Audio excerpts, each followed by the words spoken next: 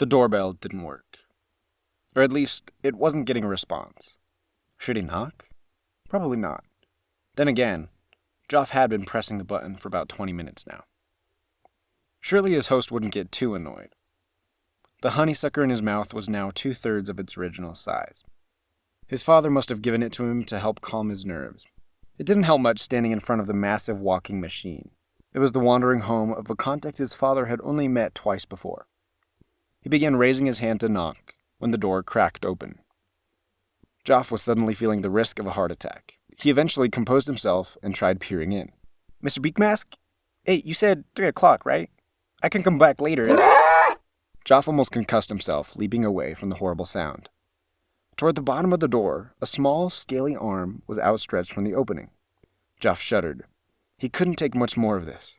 His poor nerves. Standing back up, he approached the open hand and paused, racking his brain, trying to figure out what was going on.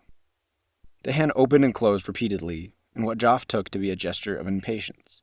What had his father said? He gave a time and a place, which was here and now. Well, he was becoming less sure about the now part. Time and place. Then he gave him this honeysucker. What did he say? Crap! Joff ripped the sucker out of his mouth and carefully set it in the little hand. It disappeared, and a growling began a moment later. I'm such an idiot. But in his defense, saying you'll need this didn't obviously mean he'd needed to get past this stupid guard. He was thinking more along the lines of it being a helpful de-stressor. The door began to open, but then stopped sooner than it should have. Joff paused for a few moments before shouldering his bag and approaching. His head just barely fit. Guess this was payback for a half-dissolved honeysucker. After more than a minute of effort, or maybe even 2, Joff squeezed himself and his bag through the door. There was the creature, waiting for him, wiping the sucker off with a tiny rag and rolling it around on the ground. Joff couldn't help feeling a little insulted. The little guy beckoned to him with a scowl as he slipped the sucker between his teeth and turned to crawl into the relative darkness of the room ahead. Joff shut the door behind him and followed into a narrow corridor with a tall ceiling. Yellow gem lights hung down, leading to a door at the top of the staircase at the end of the corridor. On the other side of that door, more stairs, and the creature kept going up. Some kind of lift would have been a great addition. But then again, Joff would be more fit if his city used stairs instead of lifts. Finally, his guide stopped at a door and opened it for him. Joff entered into a room that seemed to be mostly windows. The contrast going from the dimly lit stairs to daylight pouring in temporarily blinded Joff. When his eyes adjusted, he found a figure leaning over a table in the middle of the room, observing him. Hi, I'm not... Who are you? Well, I was just about to say... Come over here. You're not my contact. No, sir, I'm his son. Why is your mustache so small? Oh, well, it hasn't had time to... I get it. Your father, apparently, doesn't respect our deal, or me, or my time, and is too lazy to work for his share, and would rather send his adolescent son to do that work. Beakmask stares him down for a while. Remove. What? That horrible sound from before comes from behind. His guide into this room leaps on his back and drags him to the ground. Wait, no! The thing grabs his wrist and starts dragging him towards the door. Joff struggles and tries to get his feet under him. The creature is stronger than it should be. Please, we need the money. Bite. Joff feels a sharp pain in his shoulder. He had an accident. Broken legs. Please. Our neighbors had to restrain him from still trying to come meet you here. He can't even walk, so I came instead. Joff's vision starts to blur. His eyes feel heavy. He keeps getting into debt, and people are losing patience. I can help. He felt his jaw go slack. Color faded from his vision, ears ringing, and then everything went dark. Joff's eyes fluttered open. It takes a moment for them to adjust and focus. He's facing a wall, with a light protruding from that wall. Wait, no. That's a ceiling. Joff regains feeling in his back, and feels the comfort of a bed. He moves his leg off the bed and turns to sit, rubbing his eyes for more clarity. The sharp pain in his shoulder returns in a flash. He moves his hand up to examine the wound, but feels a bandage instead. He is in the same room as before, the room with the windows. The table in the middle is filled with even more books and charts. Joff stands, knees almost buckling, and moves to the table. Some of his father's maps he'd brought in his pack lay open. He feels the room swaying, not with nausea, but rhythmically. They were moving.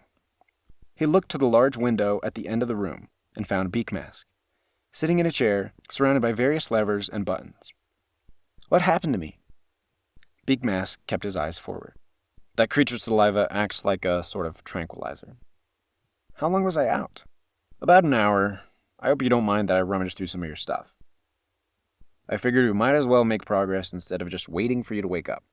Oh no, that's fine. Thank you. Just don't make me regret this, please. Yes, sir. Beakmask sighed and stood, moving to the table with maps and books. Joff followed behind him. The vehicle kept moving forward. Beakmask grabbed one of the maps, depicting the entire northeast cliff. I think we're almost to this marked location on the edge here. Is it okay to leave the controls while we're moving along the edge? We're fine. The fall would kill anyone instantly, or at least, once they finally hit the ground. Joff didn't feel like it was fine, but he did feel lucky to still be on this trip, so he didn't complain. So, how should we get to the actual location we're going for? What? Joff almost thought he saw concern in Beakmask's eyes. Is your hearing still knocked out? Oh no, I heard you, but how am I supposed to know? An eye roll replaced the concern. You live here. I've never been here. That's one of the whole points of bringing you along and not just buying the maps from you. Oh, sorry. Beakmask moved back to the seat and brought the machine to a stop. Well? Oh, well, we could take the dragon I brought and maybe... What dragon? Wait, you left the dragon behind? I didn't do anything. Joff groaned. He'd parked it outside, expecting to bring it in after meeting Beakmask. That was a rental. Now I'm gonna have to pay for a whole new dragon to replace it. Well, let's just hope it finds some shade and just hangs out somewhere. How long is this going to take? I guess we'll see. I have something we can potentially use downstairs. They entered a different door into a much smaller room. Beakmask pulled a lever and Joff felt the room descend. He was relieved to know there was at least one lift. So do you make all your guests climb those stairs? Just the ones I don't have the pleasure of knowing that well. So it's a fitness test? That, and I just find it funny. Beakmask flipped a switch in the first of the 3 seats, turned a dial, and after a loud clicking sound, the thing began to float 2 feet off the ground. He had already hopped into the seat and adjusted a few more things. Mind giving me a push? What? Just get behind and help push this thing out of here. The vehicle glided out with ease, moving down a slight ramp onto the ground outside. Beakmask rummaged through some of the crates and tightened some others. So what did you bring? Well, I brought the maps, some water, a notebook. And? That's it. Beakmask let out a long sigh. You do realize what we're doing, right? Treasure hunting? Yeah, sure. But according to your father, this place hasn't been opened in a very long time, so this might not be a simple hike. Another sigh. It's fine, just go get another one of those red boxes.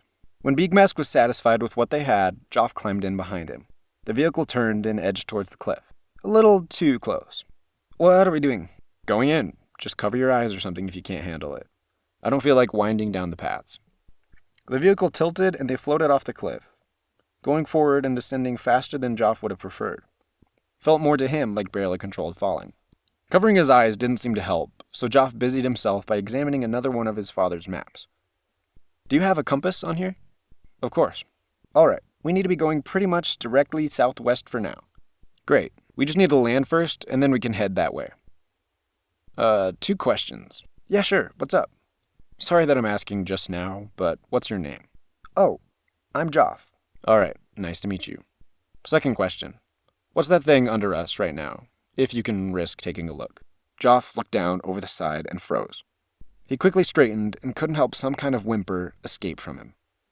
What? What is it? Oh, we're dead. We're dead.